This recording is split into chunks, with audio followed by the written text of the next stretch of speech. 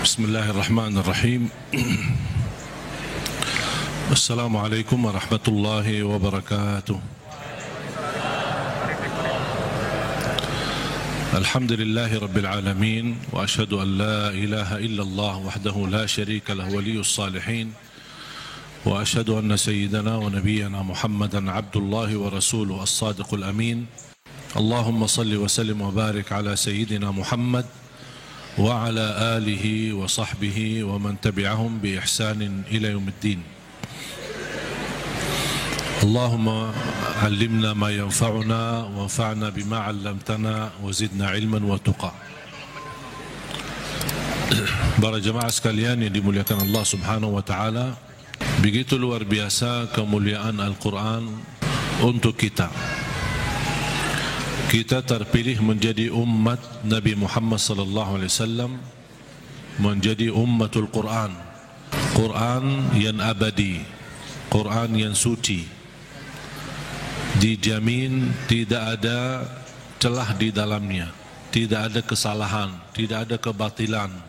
Bahkan dalam lindungan Allah Subhanahu wa taala dari bentuk makna, arti, isinya, tulisannya, halamannya, dan semua dilindungi oleh Allah Subhanahu wa taala. Sebagaimana janji Allah, "Inna nahnu nazzalna adh-dhikra wa inna lahu lahafizun."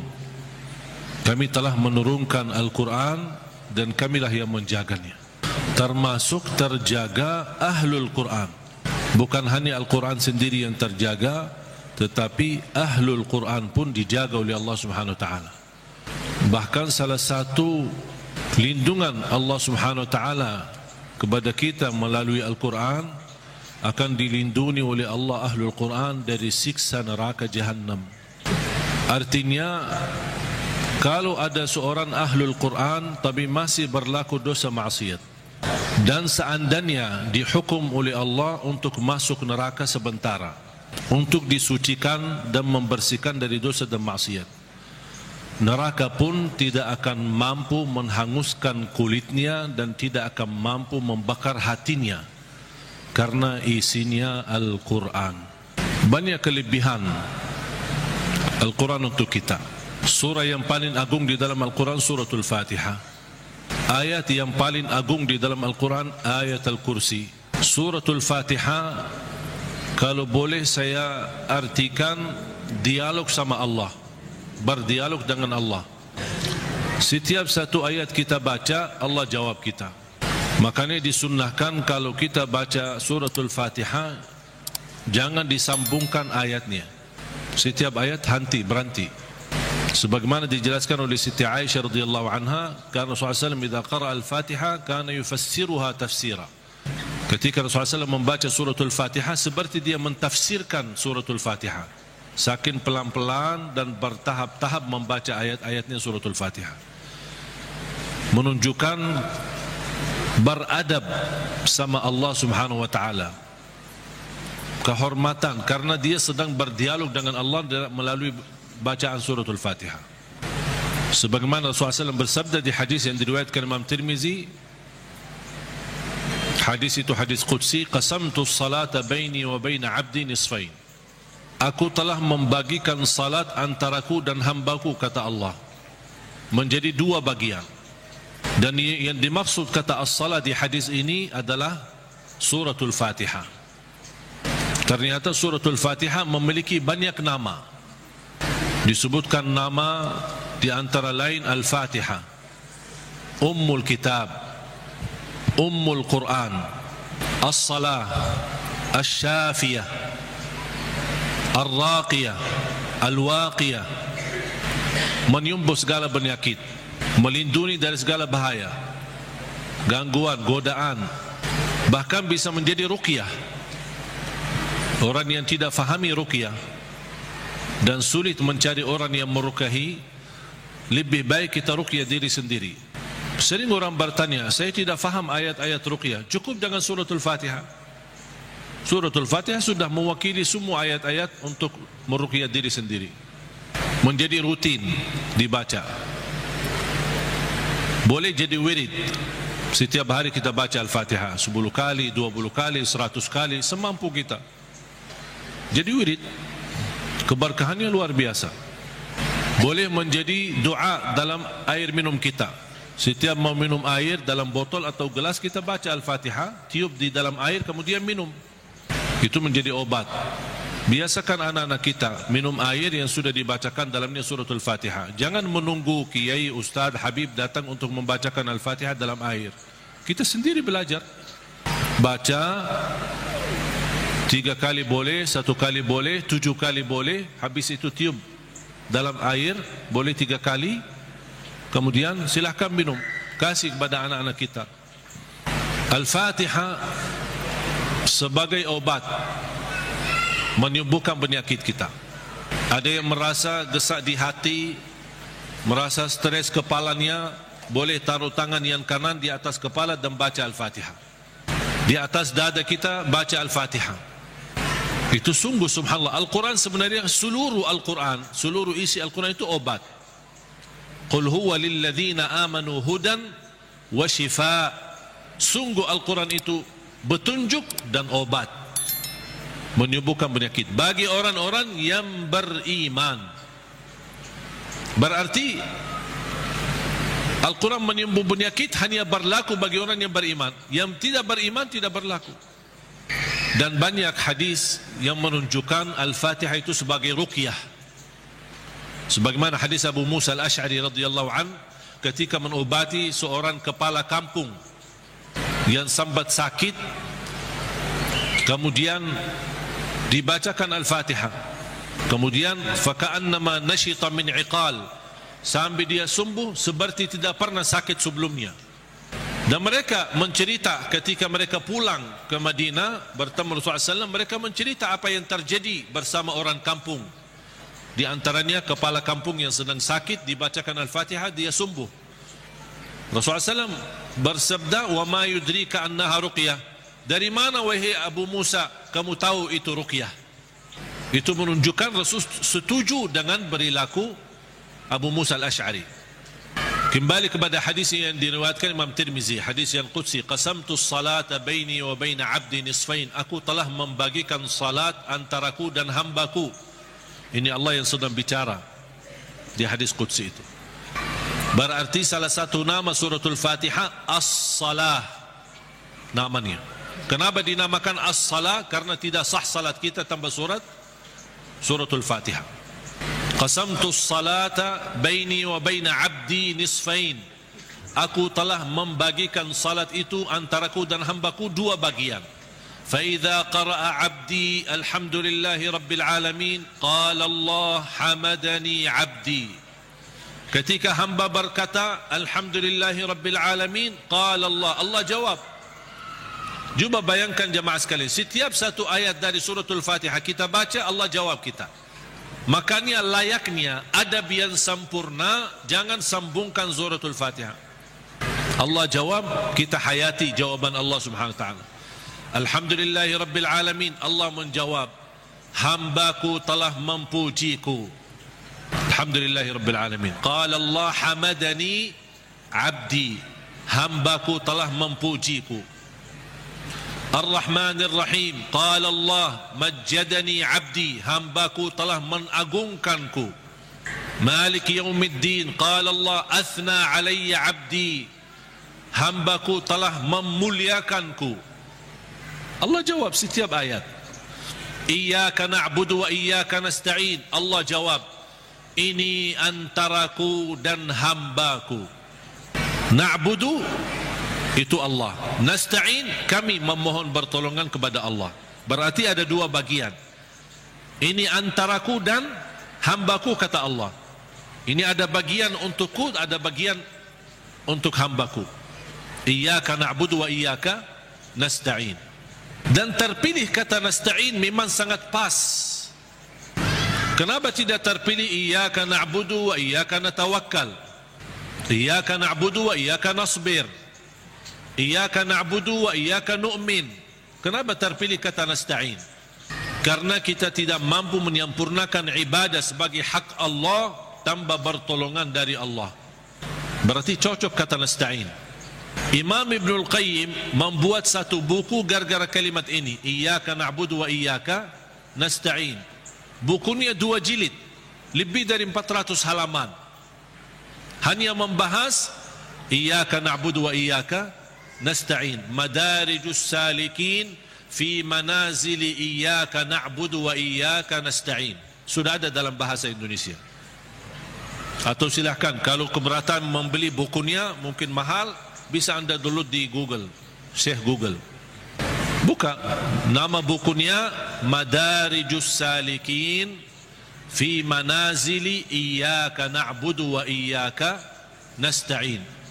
Selain buku ini yang sangat bagus yang dimiliki oleh Imam Ibnul Qayyim, buku yang kedua adalah Zadul Ma'ad. Zadul Ma'ad.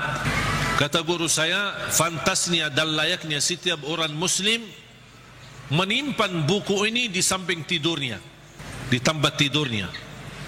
Sebelum mau tidur, baca walaupun 1 halaman dari buku itu. Kenapa? Karena buku Zadul Ma'ad termasuk buku yang terbagus membahas ibadah-ibadah dan sehari-hari Nabi Muhammad.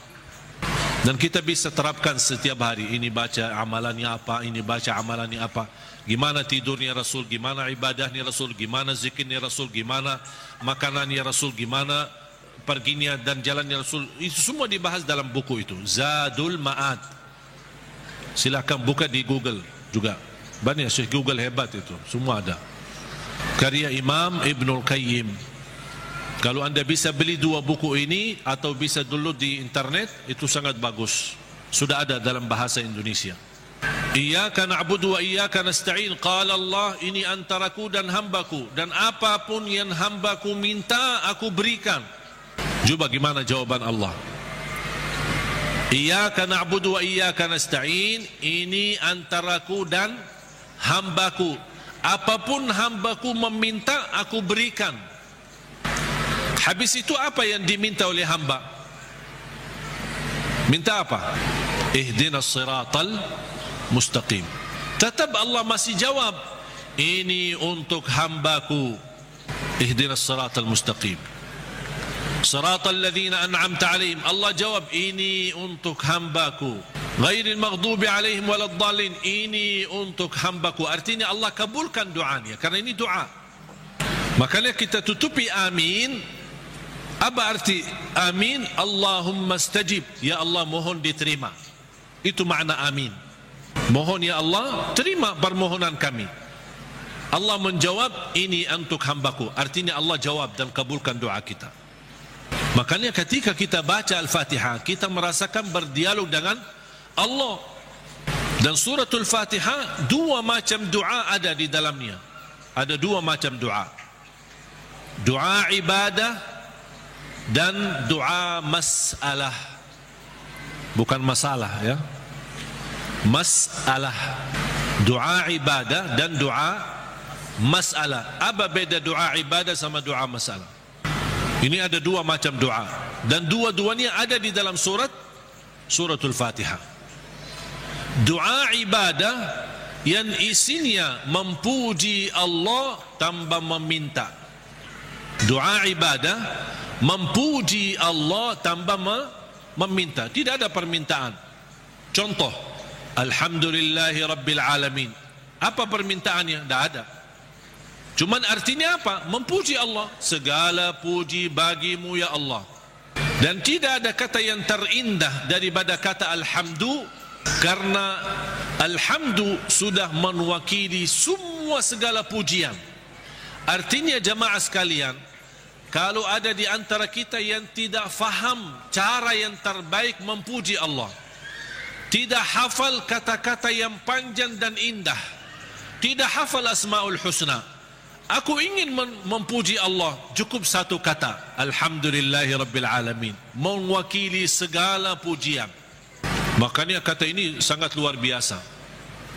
Kalau diartikan dalam bahasa Arab, segala puji bagimu ya Allah, artinya semua pujian bagimu ya Allah, segalanya. Makanya disebut kata itu doa ibadah, karena isinya memuji Allah tapi tidak meminta, tidak meminta apa-apa. Doa yang kedua, doa mas'alah, yang isinya memohon sesuatu. Memohon sesuatu. Contoh, ihdinas siratal mustaqim. Itu kan ada permintaan. Makanya disebutkan doa mas'alah. Layaknya setiap kita berdoa diawali dengan doa ibadah, baru masuk kepada doa mas'alah. Itu adab, tata cara doa. Jangan langsung mau berdoa, ya Allah ampuni, ya Allah. Puji dulu, karena Allah senang mendengar pujian hamba. Allah senang. Buat Allah senang dulu, baru minta. Dan itu sudah dibuktikan oleh suratul Fatihah. Makanya saya selalu berkata, bagi orang awam yang tidak bisa berdoa, tidak mampu doa, tidak hafal doa, atau tidak memfahami bagaimana bisa berdoa, dia cukup membaca Al-Fatihah mewakili semua doa. Karena isinya doa ibadah ada, memuji Allah tanpa meminta, dan juga ada isinya doa masalah. Boleh enggak saya baca Al-Fatihah supaya anak saya mendapatkan hidayah, supaya anak saya disembuhkan oleh Allah, supaya saya dapat jodoh, supaya saya diberikan kemudahan? Doa. Al-Fatihah mewakili semua doa bagi orang yang tidak faham doa atau tidak bisa berdoa. Jadi diawali doa kita dengan ibadah atau doa ibadah yang isinya memuji tanpa meminta, baru masuk ke tahap yang kedua, doa masalah, memohon kepada Allah SWT. Dan juga tolong jemaah sekalian perhatikan, habis dibacakan Al-Fatihah sampai iyyaka na'budu wa iyyaka nasta'in, belum meminta apa-apa. Kita memuji Allah, mengagungkan Allah, memuliakan Allah. Kemudian kita mengaku sebagai hamba Allah, dengan kita ikrarkan iyyaka na'budu, itu hakmu ya Allah, dan kami memohon pertolongan. Dan pertama permohonan bertolongan kepada Allah, dan yang terbaik pertolongan yang kita mohonkan kepada Allah adalah minta hidayah kepada jalan yang lurus. Jemaah sekalian, ayat Al-Fatihah disusun itu betul-betul rapi, tidak sembarangan kata-kata yang terpilih, termasuk meminta hidayah. Kalau kita dapat hidayah, segala urusan kita beres. Karena kata ihdinas siratal mustaqim bukan berarti kita memohon hidayah kepada jalan yang lurus dalam hal agama. Itu tidak, bukan hanya itu saja. Tapi ihdinas siratal mustaqim dalam mengurusi rumah tangga, ihdinas siratal mustaqim dalam mendidik anak, ihdinas siratal mustaqim dalam mencari nafkah dan rezeki, ihdinas siratal mustaqim dalam kehidupan kami sehari-hari, ihdinas siratal mustaqim dalam beribadah, ihdinas siratal mustaqim dalam ikhlas, ihdinas siratal mustaqim dalam sabar, ihdinas siratal mustaqim dalam syukur. Semua hal-hal yang kita butuhkan, dunia maupun akhirat, ibadah maupun tidak ibadah, beramal apapun, kita memohon petunjuk hidayah kepada jalan yang lurus. Artinya kita memohon melalui ayat ini, kita berharap segala aktivitas kita bisa mendapatkan yang terbaik di jalan Allah. Ihdinas siratal mustaqim, berilah Allah petunjuk kepada jalan yang lurus, yang terbaik.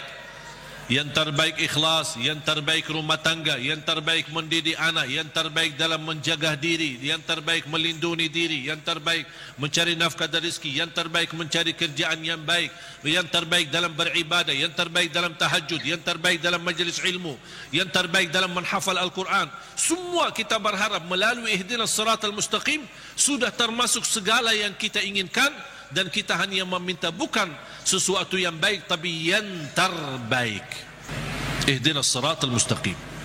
Contohnya seperti apa? Siratal ladzina an'amta alaihim. Ya Allah, kami memohon petunjuk kepada jalan yang lurus, sebagaimana ada hamba-hambamu yang telah mendapatkan karunia nikmat-nikmatmu. Siratal ladzina an'amta alaihim. Ya Allah, kami ingin dapat seperti mereka, seperti Sayyidina Abu Bakar, seperti Sayyidina Umar, seperti Sayyidina Utsman, seperti Sayyidina Ali, seperti Siti Khadijah, seperti Siti Aisyah. Kita ingin seperti mereka, siratal ladzina an'amta alaihim. Janganlah ya Allah seperti orang-orang yang dimurkai oleh Allah atau orang yang tersesat. Ghairil maghdubi alaihim waladdallin. Ya Allah, jauhkan, lindungilah kami dari situ, dari hal-hal yang mendapatkan kemurkaanmu. Kami tidak mau. Kami mau sebagaimana hamba-Mu yang telah menerima karunia nikmat-nikmat siratal ladzina an'amta 'alaihim. Itu yang kami mau ya Allah. Tapi jangan di jalan orang-orang yang dimurkai Allah dan orang-orang yang tersesat. Apa beda al-maghdubi 'alaihim waladdallin? Bedanya apa? Orang yang dimurkai Allah sama orang yang tersesat. Orang yang dimurkai Allah yang memiliki kemampuan ilmu tapi tidak menggunakan ilmu untuk mendekatkan diri kepada Allah. Sombong. Mereka berilmu, tapi sayang sekali ilmu yang mereka dapatkan hanya ingin menunjukkan kelebihan diri, menunjukkan dirinya sebagai orang yang hebat, bukan untuk digunakan untuk mendekatkan diri kepada Allah. Dan ketua umum majlis Ghail al-Maghdubi alaihim orang Yahudi. Ketua umum majlisnya orang Yahudi. Yahudi adalah kelompok atau golongan yang berilmu, tapi mereka mendapatkan kemurkaan Allah karena mereka tidak pernah menggunakan ilmu tersebut. Justru kecerdasan mereka dengan kehebatan ilmu mereka, mereka menggunakan untuk mensusahkan umat. Paling hebat ilmu ekonomi Yahudi, paling hebat ilmu media Yahudi. Makanya sekarang mereka seluruh media itu dimiliki oleh Yahudi. Ekonomi dunia dikuasai oleh Yahudi karena mereka punya ilmu. Tapi mereka kenapa kuasai? Bukan untuk digunakan untuk kemudahan bagi manusia, tapi justru mereka menggunakan untuk kemanfaatan buat mereka sendiri. Makanya Allah murka terhadap mereka. Waladdallin, orang-orang yang tersesat, yang suka mengamalkan amalan-amalan tapi tidak ada ilmunya. Kenapa kamu lakukan? Tidak tahu. Saya cuma suka itu, tapi tidak ada ilmunya. Contohnya ketua umum majlis waladdallin adalah Nasrani. Nasrani ahli ibadah, beda sama orang Yahudi. Kalau Yahudi ahli ilmu, kalau Nasrani ahli ibadah. Bahkan mereka menggunakan rahbaniyah, memaksakan diri beribadah sepanjang hari. Sampai ada yang mendiamkan diri di sebuah tempat yang tidak bisa ditinggalkan, tidak mau nikah, tidak mau makan daging, tidak mau makan ini segala. Ini semua dilakukan oleh mereka. Itu yang tidak ada dasarnya, berlebih-lebihan. Islam melarang kita berlebih-lebihan beribadah. Sebagaimana ada 3 orang ketika datang ke Madinah mendengar betapa ibadah Rasulullah SAW, sambil salat tahajud, sambil bangka kakinya. Kita pernah enggak bangka kaki kita? Pernah, ketika begal, capek, urus dunia, bukan karena tahajud. Bagaimana SAW puasanya, gimana SAW tahajudnya, gimana SAW ibadahnya. Ada 3 orang mendengar berita-berita, sambil mereka merasa, aduh, kalau Nabi Muhammad begitu luar biasa ibadahnya, gimana kita? Sambil ada di antara mereka yang berkata, kalau memang begitu ibadah Rasulullah SAW, saya akan berpuasa, tidak akan buka. Artinya mau berpuasa setiap hari, sepanjang hayatnya, sepanjang hidupnya. Bukan tidak makan sama sekali, tetap makan, tapi maksudnya setiap hari mau puasa sampai mati. Yang satu lagi kata orang, saya akan tahajud, tidak akan tidur. Yang ketiga berkata, saya tidak akan nikah, karena dia merasa terhina, atau merasa dirinya rendah, atau merasa dirinya tidak ada artinya dibanding ibadah Rasulullah SAW. Kalau Rasul saja yang diampuni Allah begitu luar biasa hebat ibadahnya, aku merasa malu, ya udah saya tidak mau nikah. Mengapa? Agar saya kosongkan waktu saya untuk beribadah, mendekatkan diri kepada Allah. Ada di antara mereka yang di riwayat lain disebutkan, saya tidak mau makan daging. Berita ini, percakapan mereka ini, berbicaraan mereka ini sampai ke telinga Rasul. Rasul naik mimbar. Ma balu aqwamin, menapa ada kaum atau berkataan seperti ini? Inni la atqakum lillah wa akhsyakum lah. Aku yang paling takwa kepada Allah dan paling takut kepada Allah. Aku tahajud dan tidur, aku puasa dan buka puasa, aku makan daging atau juga nikah. Rasul menceritakan, ini semua tidak akan menghalangi kita kalau kita mau bersungguh-sungguh beribadah. Itu yang disebutkan kata rahbaniyah yang sering dilakukan oleh Nasrani. Makanya kita memohon petunjuk pada jalan yang lurus, tapi jangan sampai kepada jalan yang dimurkai Allah atau jalan yang tersesat. Kami tidak mau bunya ilmu, tapi tidak pernah gunakan ilmu untuk mendekatkan diri kepada Allah. Saya tidak mau juga beramal tambah ilmu, karena saya khawatir nanti jadi orang yang tersesat. Amin, Allahumma terima. Ya Allah, mohon diterima. Oleh karena itu jemaah sekalian dimuliakan Allah Subhanahu wa taala, coba betapa mulianya suratul Fatihah. Saya hanya menyampaikan sejarah singkat. Saya belum membahas sejarah detail. Mulai dari Bismillahirrahmanirrahim, mulai dari Alhamdu, bagaimana, kenapa ada al, dan apa arti daripada al, kenapa terpilih Alhamdulillahirrabbilalamin menjadi ayat yang pertama. Ada juga berbeda pendapat Bismillahirrahmanirrahim adalah ayat yang pertama. Makanya kalau sebagian ulama menganggap Bismillahirrahmanirrahim ayat yang pertama, makanya dijahar dalam salatnya. Makanya kita perhatikan rata-rata Al-Quran itu selalu Bismillahirrahmanirrahim. Al-Fatihah ada ayat nomor 1. Dibandingkan Bismillah di surah yang lain tidak ada angka. Betul? Karena itu berbeda pendapat antara ulama. Apakah Bismillah itu salah satu ayat dari suratul Fatihah atau tidak? Walaupun sebagian besar memilih Bismillah salah satu dari surat Al-Fatihah, sebagian besar. Sebab ayat suratul Fatihah ini Bismillah, apakah ayat pertama atau tidak, muncullah persoalan yang kedua, apakah boleh jahar atau tidak. Kalau tidak dijahar, tetap boleh atau tetap mewajibkan atau membaca Bismillah. Bagi orang yang suka baca sir, tetap baca Bismillah, karena dia sebagian dari surat. Jangan Allahu Akbar baca doa iftitah langsung Alhamdulillahirrabbilalamin. Mana Bismillahnya? Tetap dibacakan walaupun sir, tidak dijahar. Menurut saya bagi soal jahar atau sir tidak masalah. Keras suara atau tidak keras suara tidak masalah. Bagi saya tidak masalah. Dan saya selalu sesuaikan. Masjid yang suka keraskan suara dengan Bismillah, saya suka tanya kalau diminta jadi imam. Kalau jahar Bismillah, saya jahar. Kalau disirkan, tidak dikeraskan, saya tidak keraskan. Kunut subuh, kalau dia masih baki kunut subuh dan saya diminta jadi imam, saya baki kunut subuh. Kalau masih tidak baki kunut subuh, saya tidak baki kunut subuh. Saya tidak suka maksa. Tak, saya tidak mau kunut subuh. Kalau saya jadi imam, saya tidak mau kunut subuh. Kenapa?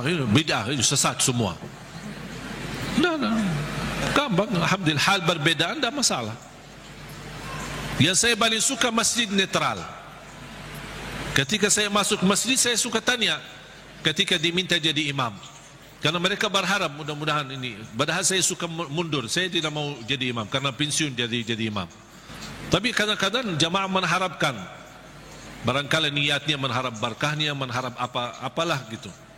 Akhirnya saya harus turuti permintaan mereka. Tapi saya suka tanya, jahar Bismillah atau tidak, qunut subuh atau tidak, habis salat zikir atau tidak, doa atau tidak, bisa disesuaikan. Karena ini semua hal berbeda pendapat.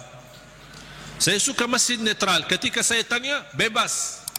Mau jahar boleh, tidak jahar boleh, kunut boleh, tidak kunut boleh, bebas kami, tidak masalah. Kita ikuti imam, yang penting kita salat. Dan itu yang kita perlukan, masjid yang netral, tidak fanatik, supaya kita bisa bersama-sama. Bismillahirrahmanirrahim. Kalau kita hitungkan Al-Fatihah berapa ayat? Berapa? 7. Itu sudah disepakati. Itu sudah disepakati 7 ayat. Sekarang gimana kita bisa jelaskan? Kalau Bismillah sebagian dari suratul Fatihah, gimana kalau kita hitungkan ayatnya? Ayo kita mari sama-sama hitung. Bismillahirrahmanirrahim 1, Alhamdulillahirrabbilalamin 2, Ar-Rahmanirrahim 3, Maliki Yawmiddin 4, Iyyaka na'budu wa iyyaka nasta'in 5, Ihdinas siratal mustaqim 6. Berarti tinggal berapa? 1 ayat.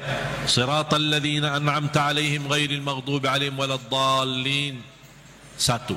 Berarti jadi berapa? 7. Bagi ulama yang pendapat Bismillah tidak sebagian dari suratul Fatihah, tidak dihitung sebagian dari ayat suratul Fatihah. Berarti ayo coba kita hitung. Kalau dikeluarkan bismillah, mari kita hitung ayat pertama apa? Alhamdulillahirabbil alamin. 1. Terus Ar-Rahmanir Rahim. 2. Terus 3. 4.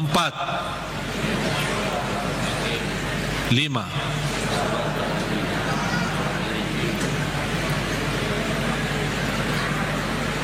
Ini kan 1. Siratal ladzina an'amta 'alaihim ghairil maghdubi 'alaihim waladdallin. 1. Berarti berapa? 6. Terus 7-nya mana? Siratal ladzina an'amta 'alaihim putus ghairil maghdubi 'alaihim. Ulama yang menganggap bismillah tidak sebagian dari ayat suratul Fatihah, Siratal ladzina an'amta 'alaihim, stop, 1 ayat. Itu yang menjadi yang ke-6. Ghairil maghdubi 'alaihim waladdallin yang ke-7. Karena siratal ladzina an'amta 'alaihim sudah sempurna makna kalau kita berhenti. Sudah selesai makna jelas, sempurna, tidak ada kaitan dengan selanjutnya. Makanya dianggap itu 1 ayat. Walaupun rata-rata Al-Quran yang kita lihat semuanya tidak ada angka di situ kan?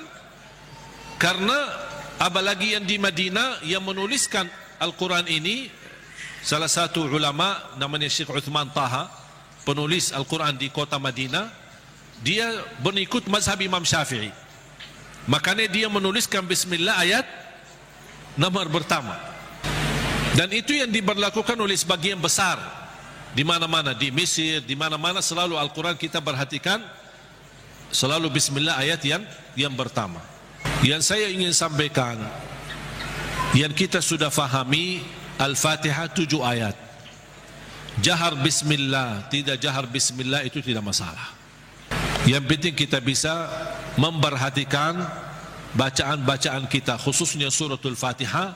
Kalau bisa berlahan-lahan, bertahap-tahap, tidak sambungkan ayatnya, karena kita ingin menghayati, berdialog dengan Allah subhanahu wa ta'ala. Sudah jelas? Oleh karena itu jamaah sekalian, mari kita sama-sama belajari dalami suratul Fatihah, surah yang paling agung di dalam Al-Quran. Surah yang luar biasa, memiliki keistimewaan, memiliki keberkahan yang dahsyat. Jangan kita hanya membaca sampai 17 kali di dalam salat fardu, tapi tidak merasakan sedikit apapun dalam hati kita. 17 kali itu minimal, tapi kita tidak merasa apa-apa, seperti ayat-ayat yang lain. Padahal suratul Fatihah ini kalau betul-betul kita bisa fahami dan belajari dan mendalaminya, wallahi bakal nangis saking agungnya dan indahnya suratul Fatihah. Cukup keindahan di dalamnya kita berdialog dengan Allah. Kita hamba yang masih banyak dosa, yang masih kotor, yang tidak banyak kekurangan, yang tidak banyak sempurna, banyak kekurangan ikhlas kita dan banyak kekurangan khusyuk kita. Tapi ketika kita baca Al-Fatihah, Allah masih berkenan menjawab kita di setiap ayat yang kita baca. Oleh karena itu hayati Bismillahirrahmanirrahim dengan artinya dan maknanya yang segitu dalam. Alhamdulillahirabbil alamin, segala puji bagimu ya Allah. Dan Allah menjawab kita, hambaku telah mempujiku. Makanya saya senang ketika baca Al-Fatihah, apalagi kalau lagi sendirian, lebih menikmati. Ketika jadi imam memang terbatasi. Kalau kita ingin berlama-lama baca Al-Fatihah ketika jadi imam, orang takut nanti di belakang fikir kita lupa ayatnya. Alhamdulillahirabbil alamin, Ar-Rahmanir Rahim. Kita kan lagi hayati, jadi bingung kan. Diam sebentar aja langsung dijawab.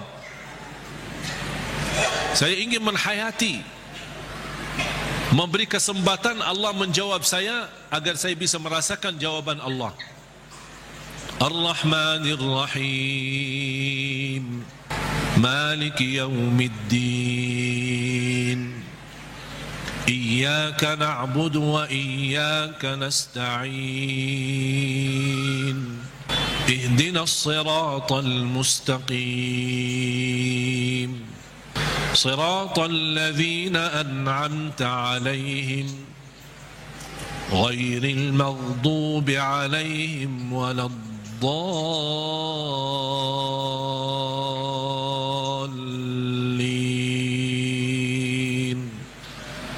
Amin. Amin sama seperti baca Yasin. Gimana baca Yasin? Yasin. Gitu? Betul? Gimana? Yasin. Gimana baca Yasin? Yasin. Amin. Kita sering waladdallin. Amin. Apalagi anak-anak. Amin. Yasin. Sebagaimana dijelaskan oleh Imam Ibn Kathir rahimahullah dalam tafsirnya. Mudah-mudahan pertemuan ini kita kupas walaupun sedikit dari suratul Fatihah. Mudah-mudahan insyaAllah menjadi bahan ilmu buat kita untuk ke depan kita bisa menghayati dan bisa dalam membaca suratul Fatihah di dalam salat maupun di luar salat, kita bisa merasa tersuntuh hati kita. Kalau Al-Fatihah ini bisa nyambung ke hati kita, itu subhanallah luar biasa.